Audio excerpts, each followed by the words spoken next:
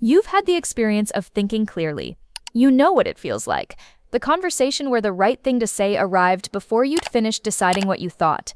The problem that dissolved the moment you looked at it from a slightly different angle. The moment in a meeting when you said one thing and the room shifted because it was exactly the right thing. You've had those moments. They don't feel like intelligence. They feel like clarity. Like the noise that usually sits between the thought and the expression of it briefly disappeared. And what came out was just the actual thing, precise and clean and right. And then there are the other days. The days when you're in the same room, facing a similar problem, and the clarity isn't there. The words come out longer than they needed to be, wrapping around the point rather than landing on it. The argument you're making is technically correct but somehow unconvincing, because you can hear, even as you're making it, that you haven't quite gotten to the actual thing yet. The email takes 40 minutes to write and still doesn't say what you meant. The decision sits unresolved for 3 days, not because the answer is genuinely unclear, but because your thinking about it hasn't gotten clear enough to reveal the answer yet. The gap between those two experiences, between the moments of clarity and the days without it, isn't intelligence. The same brain is operating in both cases. The difference is something else, something that the clarity moments have and the other days don't. Something structural rather than innate. Here's the thing that Western thinking culture almost never names directly. Clarity of thought is not a fixed attribute. It is a produced condition. It is the output of specific practices, specific habits of mind, specific ways of approaching a problem, specific pauses and checks that most people never apply because nobody told them to. And in their absence, even intelligent people think much less clearly than they're capable of. The Japanese concept of Mushin, no mind, the state of thought free from the noise of defensive reaction, self-consciousness, and cognitive clutter, is not a mystical achievement.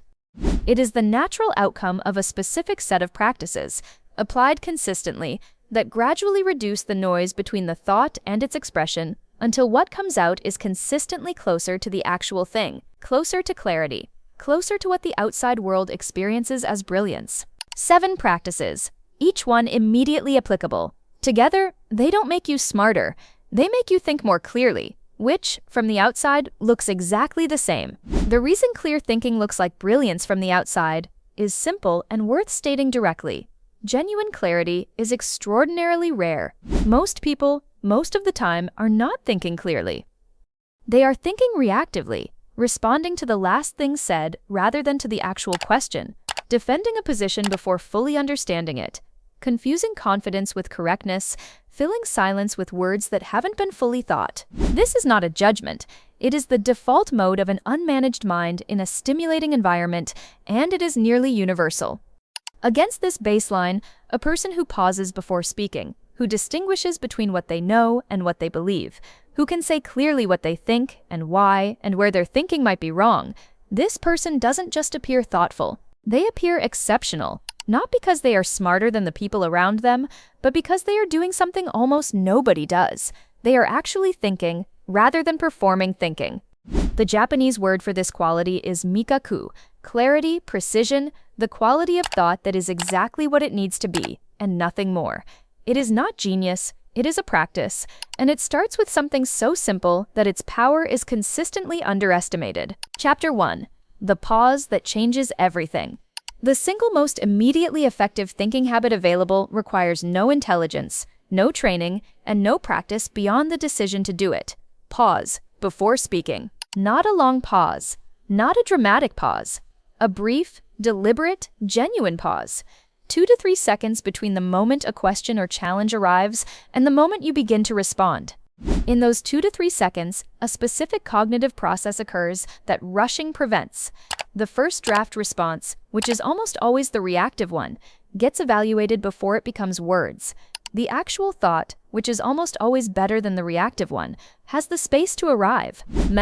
Intentional empty space, applied to speech, is the Japanese communicative practice of treating the pause as meaningful rather than as silence to be filled.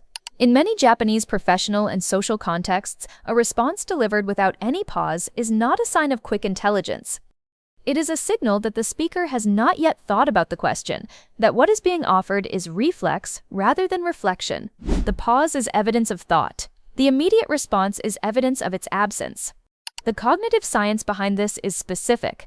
The brain's first response to any challenging question or unexpected statement is generated by the fast, associative pattern-matching system, the system that produces reflexive reactions and social defaults.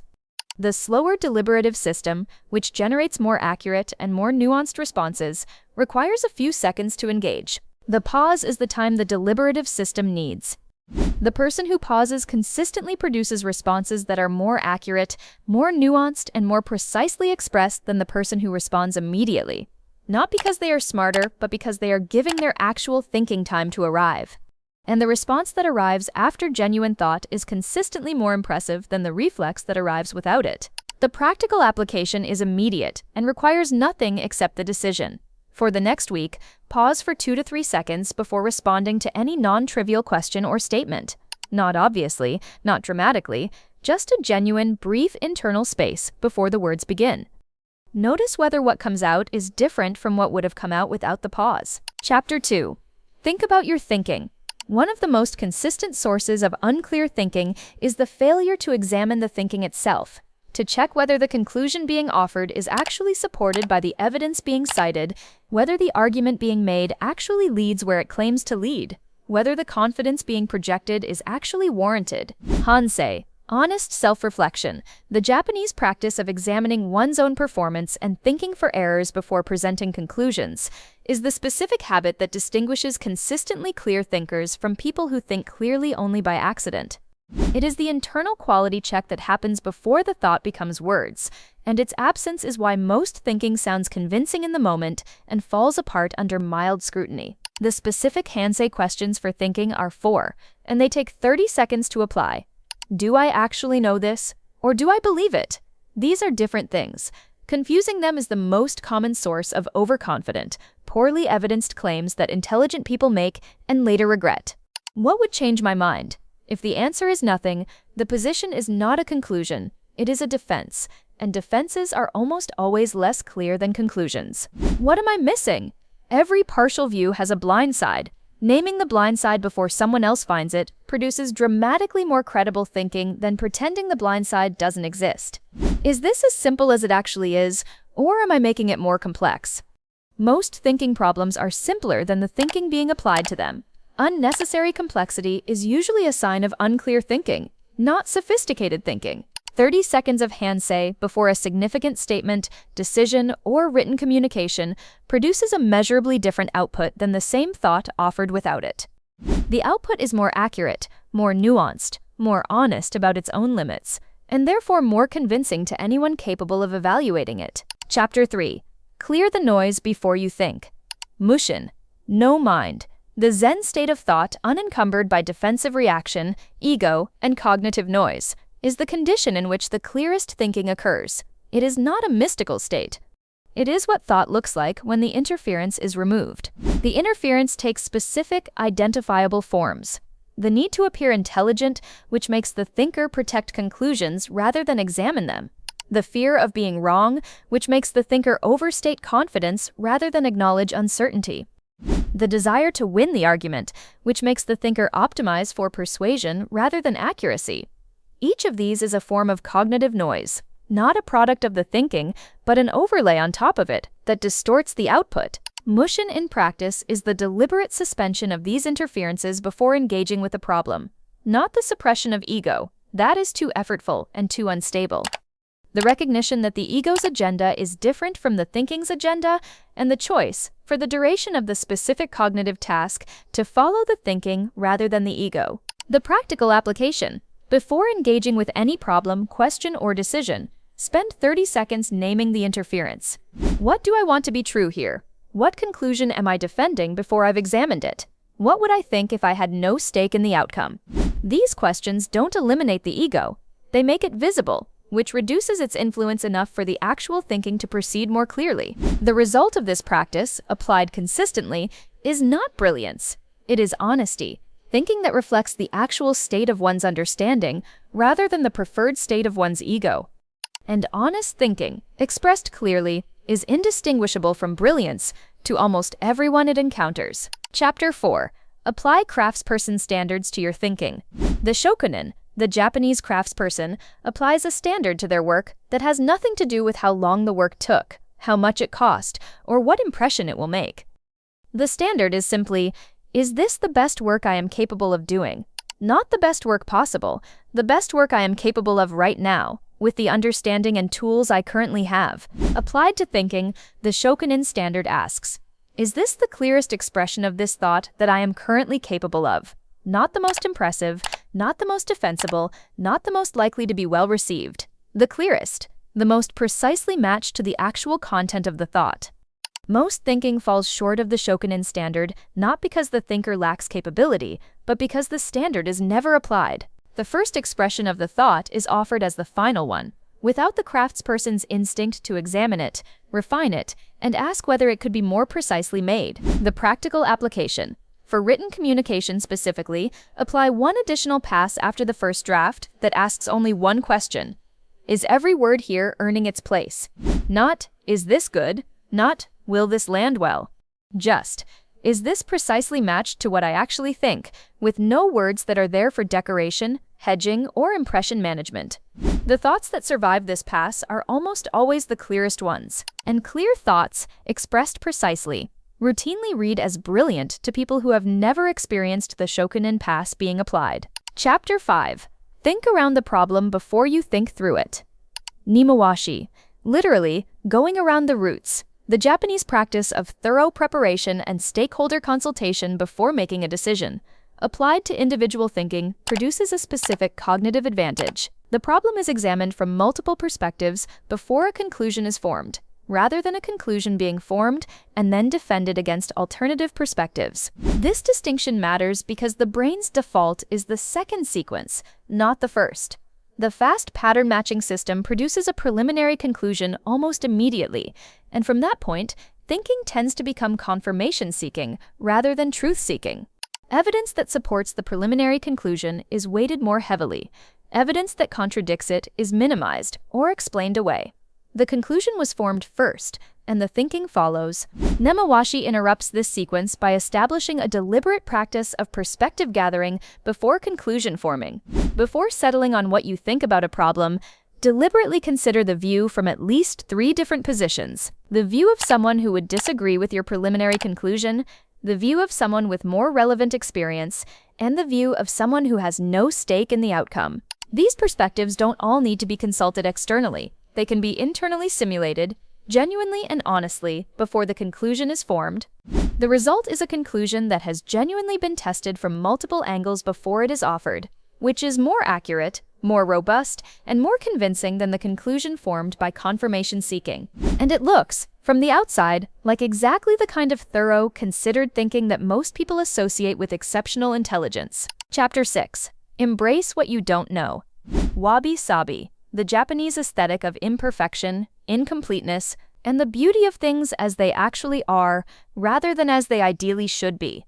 Applied to thinking produces one of the most counterintuitive and most effective clarity practices available, saying clearly what you don't know. Most people hide uncertainty. They round partial knowledge up to confident knowledge, hedge with vague language that sounds authoritative without committing to specifics, and generally perform a level of certainty they don't actually possess because they believe uncertainty reads as weakness or incompetence. The opposite is true. Expressed uncertainty. I'm not sure about this, but my current thinking is, or I don't know enough about X to be confident, but here's what I do know, is one of the most credibility-producing communicative moves available. It signals that the speaker distinguishes between what they know and what they believe. It signals that the certainty they do express is genuine rather than performed. And it signals a quality of intellectual honesty that is so rare in most conversational and professional contexts that it consistently registers as exceptional. The practical application. For 1 week, practice naming uncertainty explicitly when it exists, rather than hedging or overconfidently rounding up. Notice whether people respond to your expressed uncertainty with less respect or more. The answer, in almost every context, will be more, because the expressed uncertainty makes everything else you say more credible, not less. Chapter 7. Practice thinking 1% better every day. Kaizen applied to the quality of thought is the simplest and most durable of the 7 practices. The daily commitment to thinking about one specific thing more carefully than you thought about it yesterday, not more extensively, not more complexly, more carefully, with more honest attention to what is actually known versus assumed, more deliberate consideration of alternative interpretations, more precise expression of the conclusion that the evidence actually supports.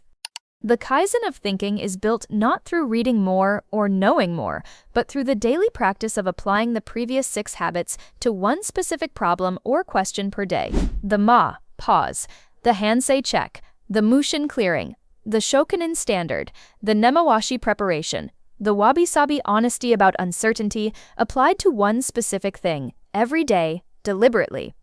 The compound effect of this daily practice across months is specific and measurable. The quality of thinking in the applied domain improves at a rate that passive consumption of information does not produce. The person who has applied careful daily thinking to a domain for 6 months thinks about that domain with a clarity that people who have merely read widely about it cannot replicate, and the clarity is visible to anyone who engages with them about it. The takeaway, and the one to carry forward: clarity of thought is not a gift. It is a practice. The 7 habits in this video are not techniques for performing intelligence. They are the conditions under which genuine intelligence, whatever quantity you currently possess, operates at its actual capacity rather than well below it. The gap between your current thinking and your clearest thinking is not fixed. It is the distance between your current habits and these 7. The person in the room who thinks most clearly is not always the most intelligent person in the room. They are the person whose intelligence has the least interference between it and its expression. The noise has been reduced. The defensive reactions have been noticed and set aside.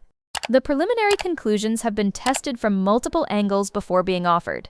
The uncertainty has been named honestly rather than hidden behind confident language. The pause before speaking has allowed the actual thought to arrive rather than the reflex. From the outside, this looks like brilliance.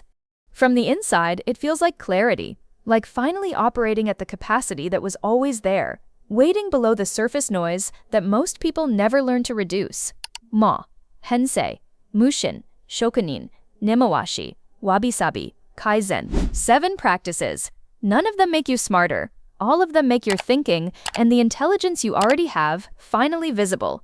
If this felt like something your thinking needed to hear, there's more waiting for you here.